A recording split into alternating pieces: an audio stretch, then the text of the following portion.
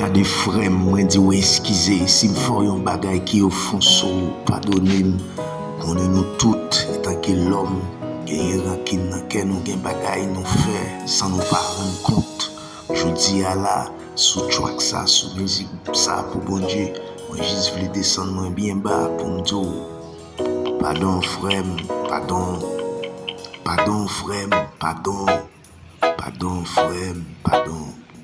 Nous tellement pensé mal, nous tellement ap mal vivre, nous tellement dormi mal manger. Tout ça yo toujours mette yon tendance dans tête nous. Tout ça yo toujours fait nous comprendre nous pas jamais à l'aise vrai. Tout ça yo toujours rend nous hang les rails l'autre vrai. Tout ça yo rend peuple là pas vivre à l'aise. Pas gen moun ka l'aise. Page moun galès, page moun galès, page moun galès, oh yo yo. Laisse nan moun sa, ki gon mette sa nan tête tout. Nou chak ka gon problème ki diferent, mais nous tout gen yon san nou ka l'on fait. C'est ça fait ou pas dwe critiquer l'autre. Pardon frère. Pour tout ça me fait m'offenser, ou pardon scène. Pour tout ça me fait, pour tout ça me fait, pour tout ça me fait, pour tout ça me fait m'offenser, nous pardon scène. Pour tout ça me fait m'offenser, nous pardon frère. Pour tout ça me fait, pour tout ça me fait, pardon scène. Si gen bagay excitation fait m'di ou sous tant de musique ça m'pense ou pardonner.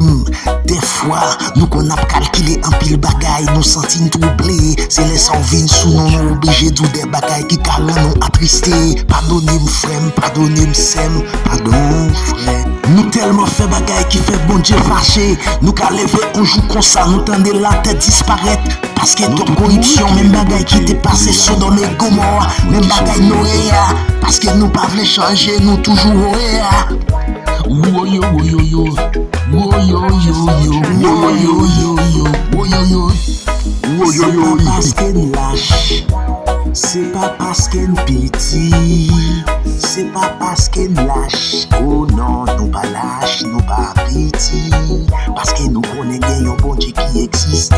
C'est chaque jour n'a fait péché par-ci par-là. Combien de nos vies corruption, combien de nos cap vivre vie ma divinesse, ma si cap mené yo vie corruption.